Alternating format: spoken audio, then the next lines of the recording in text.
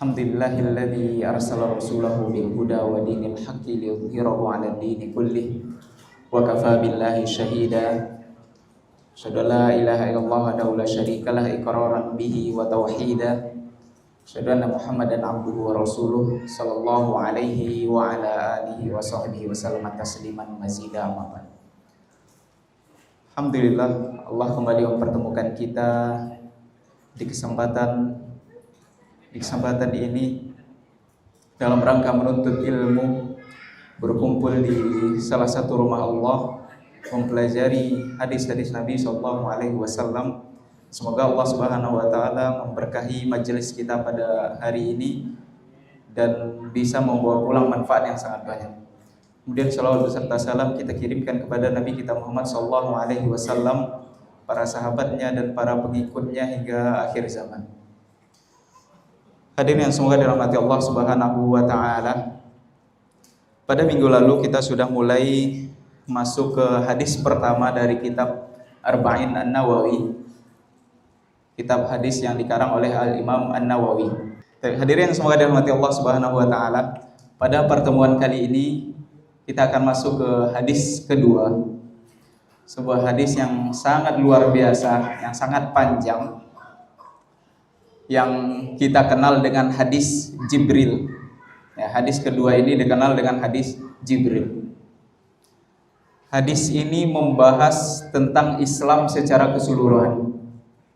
Apabila kita mempelajari hadis ini dan benar-benar paham dengan hadis ini, maka kita sudah menguasai agama kita secara umum. Karena dalam hadis ini dibahas tentang Islam, amalan-amalan zahir.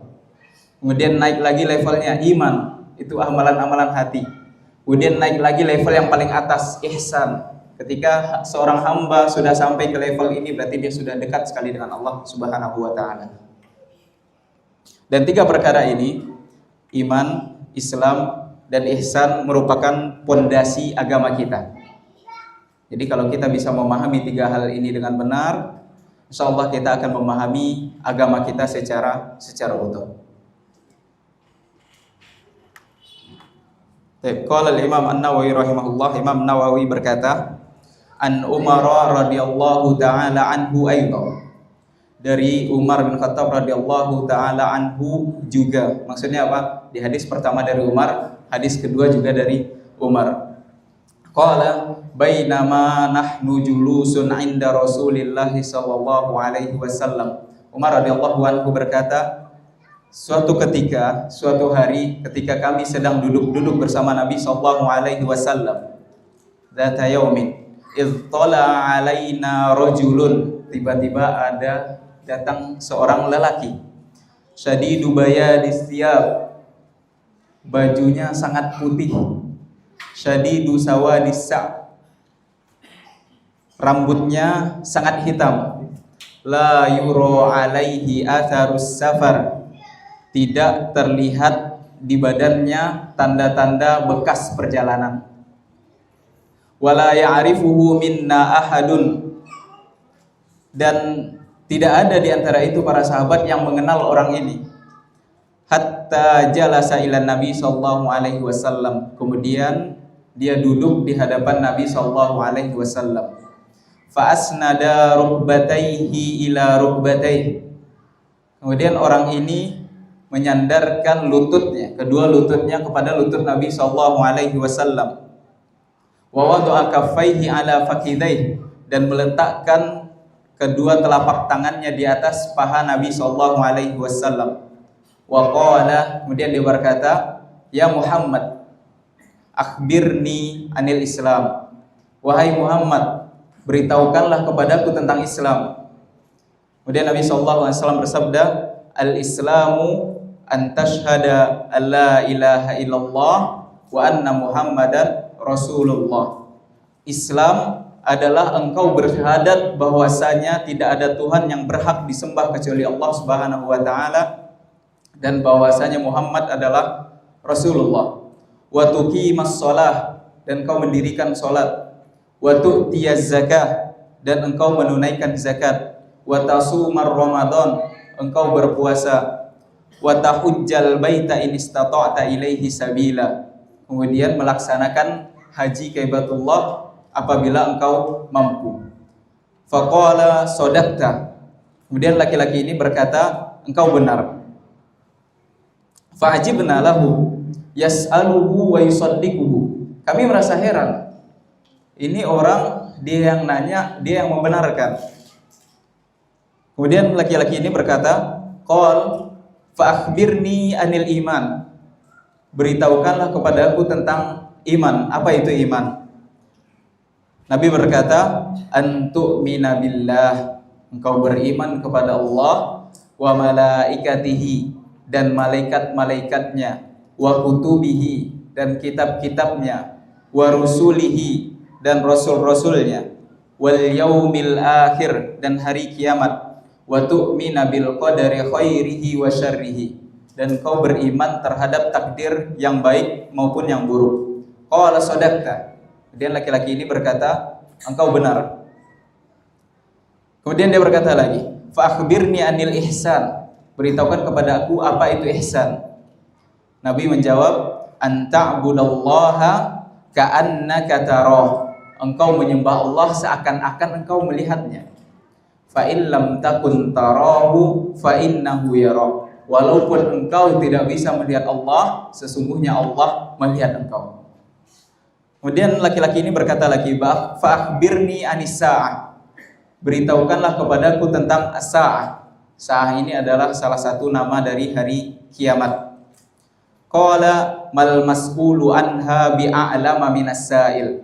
Orang yang ditanya, kata Nabi, tidaklah lebih tahu daripada orang yang bertanya. Kemudian laki-laki ini berkata lagi, fa akhbirni an amaratiha. Beritahukanlah kepadaku tentang tanda-tandanya. Kemudian Nabi menjawab, antalidal amatu rabbataha. Seorang budak perempuan melahirkan tuannya. Wa antarul hufatal uratal alata ri'a asya'i yatatawaluna fil bunyan. Dan engkau melihat orang yang telanjang kaki, telanjang dada, alah, orang miskin, ri'a asya'i, mengembala domba, yatatawaluna fil bunyan, berlomba-lomba dalam membangun bangunan. Ini tanda-tanda kiamat. Summa intalaqa. Kemudian laki-laki ini pergi. Fala bisa maliyan. Kemudian beberapa saat setelah itu, qal, Nabi SAW bersabda, ya Umar, atadri manis sa'il. Wahai Umar, apakah engkau tahu siapa tadi yang bertanya? Umar menjawab, Allah wa rasuluhu a'lam. Allah dan Rasulnya lebih mengetahui. Qala fa innahu Jibrilu atakum yu'allimukum dinakum. Sesungguhnya yang datang tadi adalah malaikat Jibril. Dia datang untuk mengajarkan kalian tentang agama kalian. Insyaallah panjang hadisnya, Pak. Siapa yang sudah hafal? Ada yang sudah hafal? Nah, di dalam hadis ini Umar radhiyallahu anhu menceritakan, ya, mereka sedang duduk-duduk nih, para sahabat sedang duduk-duduk di Masjid Nabawi. Coba kita bayangkan sekarang. Kita kembali ke 1448 tahun yang lalu. Ya. Kita bayangkan ketika itu para sahabat sama kayak kita, lagi duduk-duduk sedang mendengarkan nasihat dari Nabi sallallahu alaihi wasallam. Tiba-tiba ada satu orang datang, ya. Bajunya putih bersih, rambutnya hitam. Kalau orang yang bajunya bersih, rambutnya hitam, itu menunjukkan dia adalah orang di sekitar. Karena kalau dia orang jauh, pasti ada tanda-tanda safarnya. Ya kayak kita sekarang lah. Ya, kalau pulang kerja, kena macet dan mogok misalnya, dan nyampe sini muka dah kusam, berminyak, kan gitu. Nah, Jibril ini ketika itu datang dalam keadaan bajunya bersih, rambutnya hitam. Berarti dia bukan orang yang habis safar. Tapi yang anehnya, semua sahabat yang ada di majelis itu tidak kenal Jibril. Ini orang bukan yang datang dari jauh, tapi kok gak ada yang kenal di sini. Ini dari mana nih kok tiba-tiba ada? Apakah dari langit turun atau muncul dari tanah atau keluar dari tembok, nggak ada yang tahu ini siapa. Ketika itu laki-laki ini yang rambutnya hitam bersih, yang bajunya putih, itu datang masuk. Dia nggak duduk di pojok masjid, Pak. Dia nggak duduk di barisan paling belakang. Dia langsung maju ke depan, hadapan Nabi SAW. Dia duduk di depan Nabi sampai lututnya menyentuh lutut Nabi. Ini menunjukkan apa? Dia serius pengen belajar. Sahabat-sahabat lain mungkin ada yang duduk jauh. Nah, dia datang langsung duduk paling depan di hadapan Nabi sampai lututnya menyentuh lutut Nabi. Ini menunjukkan kalau orang ini serius pengen belajar. Kemudian dia letakkan tangannya di atas paha Nabi SAW. Ini menunjukkan penghormatan kepada Nabi SAW. Para sahabat ketika itu heran, ini siapa sih? Ya, seandainya terjadi sekarang lah misalnya, Pak. Tiba-tiba kita lagi kajian nih, ada orang telat masuk, pakaiannya bersih, ganteng, tinggi, rambutnya hitam, wangi gitu lewat, tahu-tahu duduk sini. Kira-kira bapak-bapak pada ngeliat gak, ini orang siapa sih kok tahu-tahu di depan gitu? Udah telat duduk paling depan gitu. Nah, ketika itu seperti itu keadaannya. Para sahabat gak kenal ini orang siapa. Tahu-tahu langsung duduk di hadapan Nabi, megang paha Nabi. Ya, di sini Jibril alaihissalam ingin mengajarkan kepada para sahabat bagaimana adabnya ketika ingin menuntut ilmu, ketika ingin belajar. Dia tidak duduk jauh dari Nabi SAW. Dia langsung duduk di hadapan Nabi SAW. Ya, di sini dapat kita ambil beberapa pelajaran. Yang pertama, Jibril mengajarkan kita kalau ingin belajar pakaiannya harus rapi, harus bersih. Karena yang kita pelajari ini bukan ilmu dunia. Yang kita pelajari ini adalah ilmu agama. Jadi ketika ingin belajar agama, pakaiannya harus rapi, harus bersih. Rambutnya, mukanya bersih, keadaannya bersih, segar, semangat menuntut ilmu. Kemudian yang kedua, Jibril mengajarkan kalau kita ingin belajar dari seorang guru, kita duduk langsung di depannya, dekat dengan guru tersebut. Kemudian yang ketiga yang diajarkan Jibril adalah ketika bertanya langsung di hadapan beliau, langsung di hadapan guru. Jangan dari ujung sana tahu-tahu teriak, "Ya Muhammad." Kayak gitu. Jibril langsung datang ke hadapan Nabi, duduk di hadapan Nabi, langsung nanya face to face. Bukan yang dari ujung, dari belakang teriak ke depan. Ini menunjukkan kalau Jibril alaihissalam ketika itu ingin mengajarkan para sahabat bagaimana adab menuntut ilmu, bagaimana seorang yang serius menuntut ilmu harus bersikap. Hadis ini diriwayatkan oleh Imam Muslim di dalam kitabnya. Bagaimana kita sebutkan di awal, apabila ada hadis yang diriwayatkan oleh Bukhari dan Muslim, Bukhari Muslim sepakat, atau diriwayatkan oleh Imam Bukhari atau diriwayatkan oleh Imam Muslim, maka hadis ini adalah hadis-hadis yang sahih, tidak perlu kita pertanyakan lagi. Dan yang unik dari Imam Nawawi adalah beliau ini sangat menghormati Imam Bukhari dan Muslim. Dan beliau berusaha memasukkan hadis-hadis sahih ke dalam kitab beliau, bukan hadis-hadis sembarang, Pak. Nah, sebagai bentuk penghormatan beliau kepada Imam Bukhari dan Imam Muslim, hadis pertama dalam kitab beliau adalah hadis pertama yang ditulis oleh Bukhari dalam sahihnya. Dan hadis yang kedua, hadis Jibril ini adalah hadis pertama di dalam sahih Muslim. Ya, jadi beliau ambil hadis pertama dari Sahih Bukhari, beliau ambil hadis pertama dari Sahih Muslim, diletakkan di kitab beliau di awal-awal. Ini menunjukkan kalau Imam Nawawi tidak ingin memasukkan ke dalam kitabnya kecuali hadis-hadis sahih, terutama dari kitab Bukhari dan Muslim. Dan hadis ini diriwayatkan oleh Abdullah bin Umar, anaknya Umar bin Khattab, sahabat, anaknya sahabat. Ya, ini menunjukkan luar biasa, Masya Allah, berkahan Umar bin Khattab ketika beliau seorang sahabat dan orang ketiga yang paling mulia setelah Nabi SAW. Kemudian anaknya juga sahabat.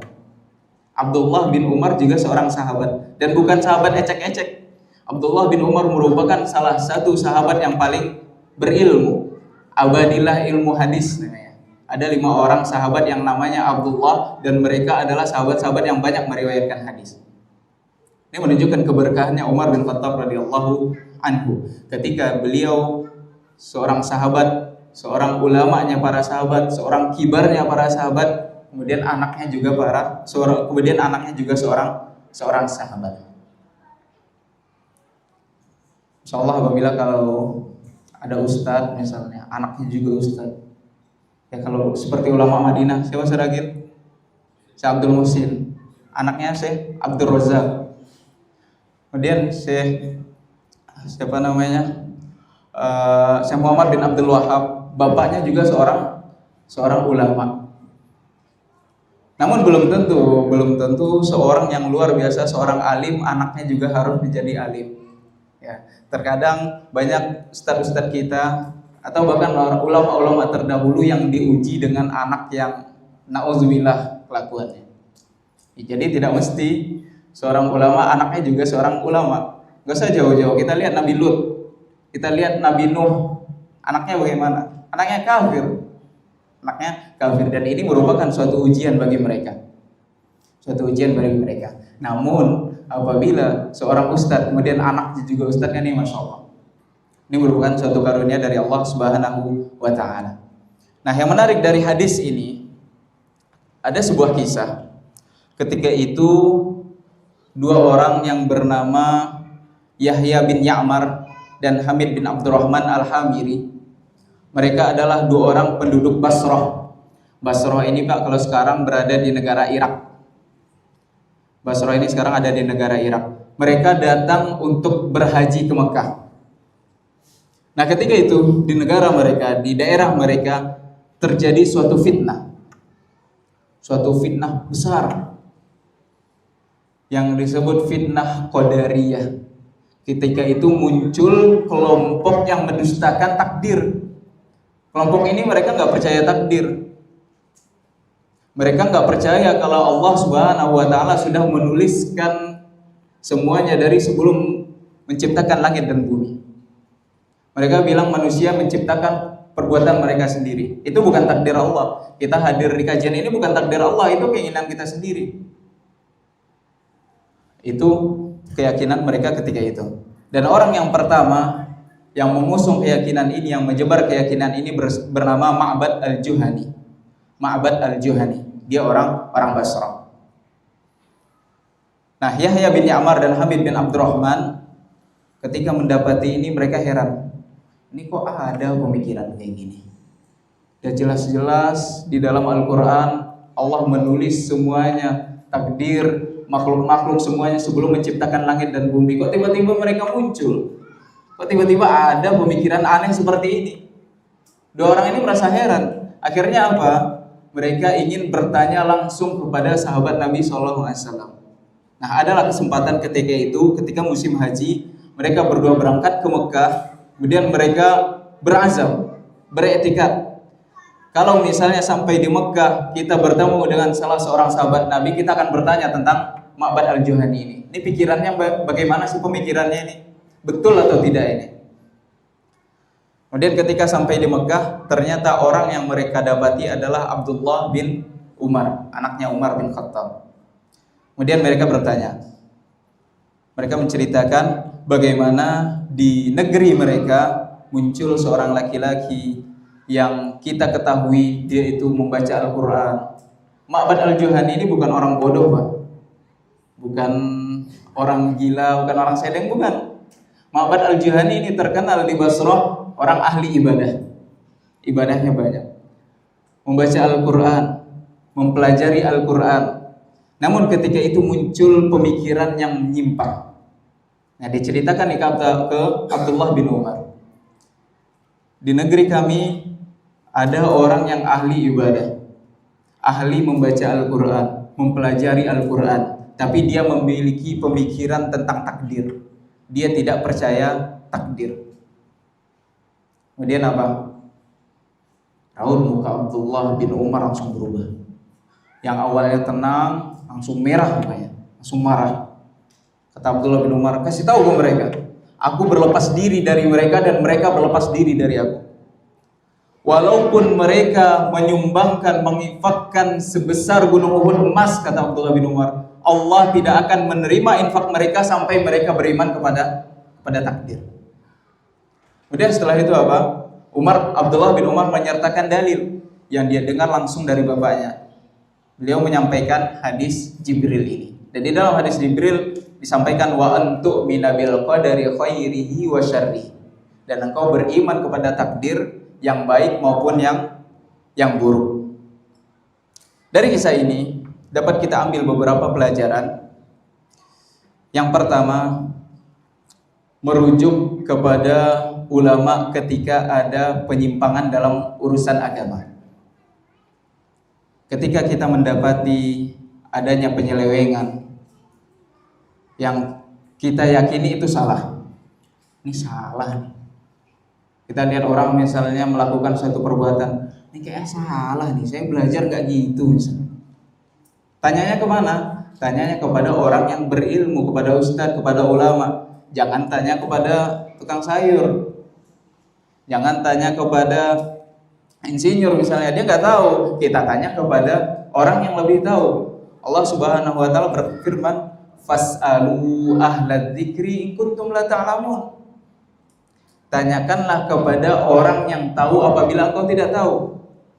Orang yang ahlinya apabila engkau tidak tahu. Dalam urusan dunia saja, dalam urusan matematika misalnya, kita nanya kemana? Ke ahli matematika. Kalau sakit kita tanya kemana? Dokter, Pak. Gak mungkin kita kalau lagi sakit periksanya ke pasar, kan gak nyambung ya. Kalau meriksa kandungan kemana? Spesialis kandungan, nggak mungkin ke spesialis penyakit dalam, salah alamat. Nah di sini para tabiin Yahya bin Ammar itu mengajarkan kepada kita agar ketika kita mendapati sesuatu yang kita anggap ganjal, sesuatu yang mengganjal, sesuatu yang keliru, sesuatu yang tidak sesuai dengan yang kita ketahui, tanyakanlah kepada para ulama. Ini dalam urusan agama. Kemudian yang kedua, pelajaran yang kedua adalah munculnya banyak fitnah dari arah timur. Munculnya banyak fitnah dari arah timur. Irak, kalau dari Arab Saudi, kalau dari Mekah, kalau dari Madinah, itu berada di arah timurnya Madinah. Berada di arah timurnya Madinah. Dan dari jauh-jauh hari Nabi SAW sudah menyampaikan. Di dalam sebuah hadis, Nabi SAW bersabda, Allahumma barik fi syamina wa yamanina. Ya Allah, berikanlah keberkahan kepada Syam kami dan Yaman kami. Kemudian orang-orang timur bertanya, ya Rasulullah, Najd bagaimana? Dari Najd ke timur ke Irak bagaimana? Kemudian kata Nabi SAW, di situ terdapat banyak goncangan, terdapat banyak fitnah. Ya. Jadi dari sini terwujudlah sabda Nabi SAW bahwasanya dari timur akan muncul banyak fitnah. Contoh yang lain Al-Jahmiyah. Dan contoh yang lain Syiah. Syiah dari mana awalnya? Dari Irak. Pengikut-pengikut Ali dari mana awalnya? Dari Irak. Yang mereka memerangi Muawiyah, yang mereka membela Ali, mereka datangnya dari Irak. Ada lagi yang mungkin terbaru, Ahmadiyah namanya. Itu muncul tahun 80 atau 70-an. Dari mana? Dari India, arah timur. Yang lebih jauh lagi, masa Nabi SAW, ketika ada perjanjian damai antara Nabi dengan kafir Quraisy. Ketika itu Nabi SAW mengirimkan utusan-utusan ke Persia, mengirim utusan ke Syam, ke Romawi, mengirim utusan ke Yaman, mengirim utusan ke Mesir, mengirim utusan ke Alexandria. Apa yang dilakukan Raja Persia? Dia sobek surat Nabi SAW. Persia di mana? Di timur. Lagi-lagi apa? Timur. Dan itu awal mulanya dari orang-orang Persia. Ya, kita lihat fitnah-fitnah yang muncul ketika itu awal mulanya dari orang-orang Persia yang masuk Islam. Mereka masih membawa pikiran mereka, pikiran Majusi mereka ke dalam Islam. Akhirnya timbul banyak fitnah di timur. Namun, walaupun banyak fitnah di timur, kita tidak bisa menafikan kalau banyak juga kebaikan yang datang dari sana. Coba Imam Bukhari dari mana, Pak? Imam Bukhari dari Bukhara. Bukhara itu sebuah kota di Persia, di Irak. Imam Muslim, Imam Ahmad, Imam Abi Daud, Imam Tirmizi, Imam Abu Hanifah, Al-Hasan Al-Basri dari Basra.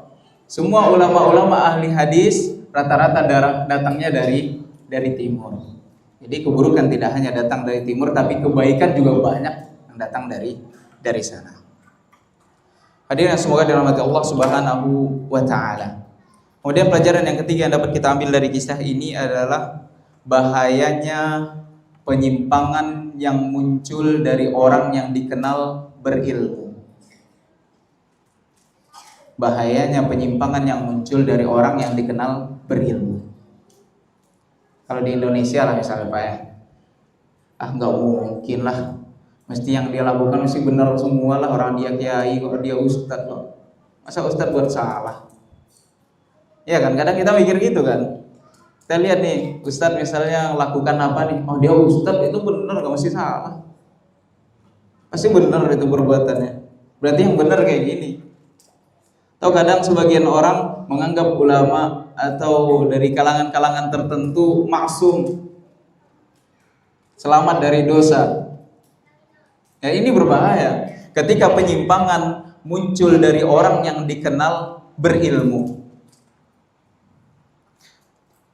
Seperti yang tadi, Al-Qadariyah, pemikiran tentang takdir itu munculnya dari siapa? Dari Ma'bad Al-Juhani. Dia di Basrah dikenal sebagai ahli Quran, sebagai ahli ibadah, yang mungkin bisa kita bilang ulamanya orang Basrah. Nah, ketika penyimpangan muncul dari dia, itu akan sulit dihilangkan. Itu akan menjadi sebuah fitnah. Fitnah bagi diri dia dan fitnah bagi orang lain. Kenapa fitnah bagi diri dia? Coba orang yang berilmu ketika melakukan sesuatu yang dianggap benar, kira-kira dia bisa bertobat atau tidak? Susah Pak. Loh, ini saya udah amalkan 10 tahun, 20 tahun, 30 tahun. Dari bapak kakek saya sudah saya amalkan ini. Saya ada dalilnya. Misalnya, ini ada di kitab ini. Bisa nggak orang-orang kayak gitu taubat? Susah. Walaupun bisa, cuman susah. Itu bahaya untuk diri dia sendiri. Kemudian bahaya juga untuk orang lain yang tidak berilmu. Kenapa? Karena orang lain yang tidak berilmu tentang hal itu akan menganggap yang dia lakukan adalah kebenaran. Karena orang dia ustadz kok. Sih betul, dia berilmu, dia belajar kok. Si orang yang belajar akan percaya aja karena ini ustadz, orang ini berilmu. Berbeda halnya dengan orang bodoh. Ada orang bodoh, orang gila misalnya, atau orang yang nggak belajar, yang awalnya tukang cuci piring, tahu-tahu ustadz, tahu-tahu ceramah. Ya itu kan kita bisa langsung tahu ini salah, ini ngawur nih orang. Dia nggak pernah belajar kok. Di awalnya cuci piring, tahu-tahu ceramah. Ya mestinya yang disampaikan ngawur. Kita bisa langsung tahu. Berbeda halnya dengan orang yang berilmu, orang yang dikenal dari awal dia belajar, dia membaca Al-Quran, dia ahli ibadah. Makanya orang seperti ini ketika muncul penyimpangan dari dia akan menjadi fitnah yang besar. Hadirin semua dirahmati Allah Subhanahu wa taala. Kemudian kita kembali kepada lafaz hadis. Ya tadi kita ada cerita kemana-mana tentang Abdullah bin Umar, kemudian tentang penyelewengan yang terjadi di Irak, tentang bagaimana munculnya fitnah Qadariyah. Sekarang kita kembali kepada lafaz hadis yang ada di kitab Al-Imam An-Nawawi. Di situ disebutkan izdala'a alaina rajulun, ketika seorang pria muncul di hadapan kami. Ya, pria di sini tidak disebutkan namanya oleh Umar bin Khattab karena Umar tidak tahu, tidak kenal ini orang siapa, tiba-tiba muncul. Umar tidak kenal. Tapi sebenarnya yang muncul ketika itu adalah malaikat Jibril alaihissalam. Nah ternyata malaikat Jibril alaihissalam sering muncul di hadapan Nabi Shallallahu Alaihi Wasallam dan mengambil bentuk manusia. Ambil bentuk manusia. Di antaranya beliau pernah menyerupai Dihyah Al-Kalbi, seorang sahabat yang bernama Dihyah Al-Kalbi. Kenapa malaikat Jibril muncul dengan bentuk Dihyah Al-Kalbi? Karena ternyata Dihyah Al-Kalbi ini adalah seorang sahabat yang mulia, seorang sahabat yang terpandang dan juga memiliki rupa yang rupawan. Makanya ketika itu malaikat Jibril mengambil rupa seperti Dihyah Al-Kalbi. Sedikit cerita. Dihyah Al-Kalbi berasal dari Bani Kalb. Ya, kalau secara bahasa Kalb itu artinya anjing. Tapi ini bukan untuk menjelekkan, ini nama kabilah. Terkadang sebuah nama kabilah itu diambil dari kebiasaan mereka. Seperti Bani Hashim. Kenapa dinamakan Bani Hashim? Karena mereka biasa membuat roti dari gandum. Kemudian Bani Kalb, kenapa dinamakan Bani Kalb? Disebut Bani Kalb karena mereka memiliki kebiasaan berburu dengan anjing. Ya, bukan untuk menjelekkan, oh mereka kabilah anjing, bukan. Jadi karena mereka terbiasa berburu dengan anjing. Nah, Dihyah itu berasal dari kabilah ini. Kabilah ini adalah kabilah yang besar yang mereka ini tinggal di daerah Syam. Daerah Syam itu kalau sekarang tuh Pak, negara Yordania, negara Libanon, negara Suriah, itu Syam zaman dahulu. Itu Syam zaman dahulu. Dahulu orang-orang Quraisy itu sering pergi ke Syam untuk berdagang. Nah, Dihyah Al-Kalbi tinggal di daerah Syam. Karena beliau berasal dari Syam dan beliau adalah seorang yang terpandang, yang dikenal di Syam, bahkan orang-orang Romawi kenal dengan beliau. Ketika Nabi SAW ingin mengirim surat kepada Heraklius, pemimpin Bizantium ketika itu, siapa yang diutus? Dihyah Al-Kalbi diutus oleh Nabi SAW kepada Heraklius. Kemudian juga malaikat Jibril pernah menampakkan wujud aslinya. Ini terjadi 2 kali, Pak. Yang pertama terjadi di awal-awal kenabian. Tiba-tiba malaikat Jibril muncul di langit dengan sayapnya yang lebih dari 600 yang menutupi ufuk cakrawala dari timur ke barat. Ini kalau malaikat Jibril muncul dalam wujud aslinya. Malaikat Jibril adalah malaikat Allah yang paling mulia, yang paling besar, yang paling agung. Sayapnya aja Pak, ujung sayapnya nih, itu bisa digunakan untuk membalikkan kaum Lut. Tahu azab kaum Lut Pak? Azab kaum Lut apa? Negeri mereka dibalikkan. Itu tahu dibalikkan pakai apa? Pakai ujung sayapnya malaikat Jibril. Ujung sayapnya malaikat Jibril. Ini menunjukkan kalau malaikat Jibril ini adalah makhluk yang sangat agung, yang sangat besar. Ketika itu dalam 2 kali kesempatan malaikat Jibril muncul dengan wujud aslinya. Pertama, dia menutupi cakrawala. Yang kedua muncul ketika Mi'raj, ketika Nabi SAW naik dari Masjid Aqsa ke Sidratul Muntaha. Kemudian pernah juga malaikat Jibril muncul dan yang melihat hanya Nabi SAW, yang mampu melihat hanya Nabi SAW. Kemudian di lain kesempatan malaikat Jibril juga pernah muncul yang bisa melihat hanya sebagian sahabat. Ya, ada sebuah cerita mulu Pak ya. Ada sebuah cerita. Ketika itu Abbas bin Abdul Muttalib, pamannya Nabi SAW, datang kepada Nabi bersama Abdullah bin Abbas, anaknya. Dia ketok 3 kali. Tok. Dia ngeliat tuh dalam rumah ada Nabi SAW. Nabi nggak gubris. Yang kedua digedor, Nabi nggak gubris. Yang ketiga digedor, Nabi nggak gubris. Abbas pulang marah. Ini kok Nabi tahu nih, Nabi ada di depan dia nih, di dalam rumah ada kelihatan, diketok-ketok kok nggak nyaut. Abbas pulang marah, dia marah-marah sampai rumah ke anaknya Abdullah bin Abbas. Terus kata Abdullah bin Abbas apa?